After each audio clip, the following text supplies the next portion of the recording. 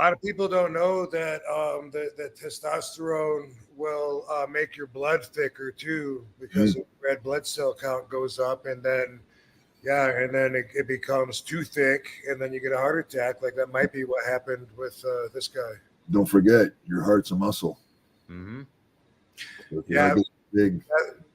You know, when we used to give Louie Spicolli the talk, you know, come Louie, you got to chill on these somas, bro. Like this, you know, you're eating like way too many, and he'd always, I got it control, I got it control. Right. His defense was he told us that the doctor told him that since the heart is a involuntary muscle that works on its own, that he was safe because soma is only relaxed your voluntary muscles that you control.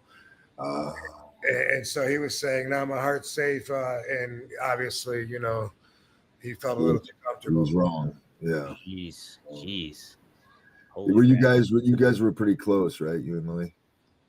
Yeah, pretty close. He was the closest person that had ever died to me at that time, and I was like so young and immature and not prepared for it. It really, you know, it really broke me down.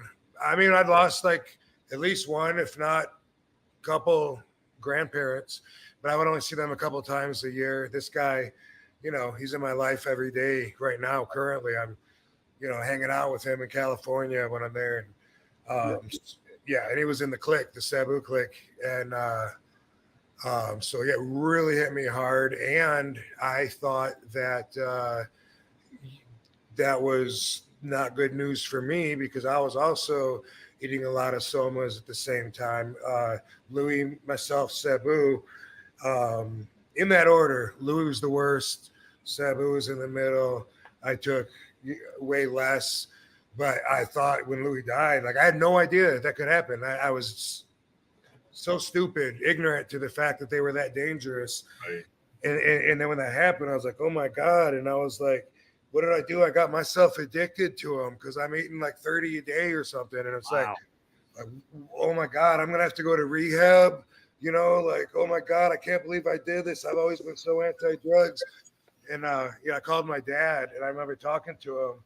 And I'm like, I don't know, man. Dad, I got myself hooked on these drugs. So I was just doing it for fun, but I do it all the time now. And now, you know, I don't know. I don't know if I'll be able to stop. And he was like, have you tried to stop?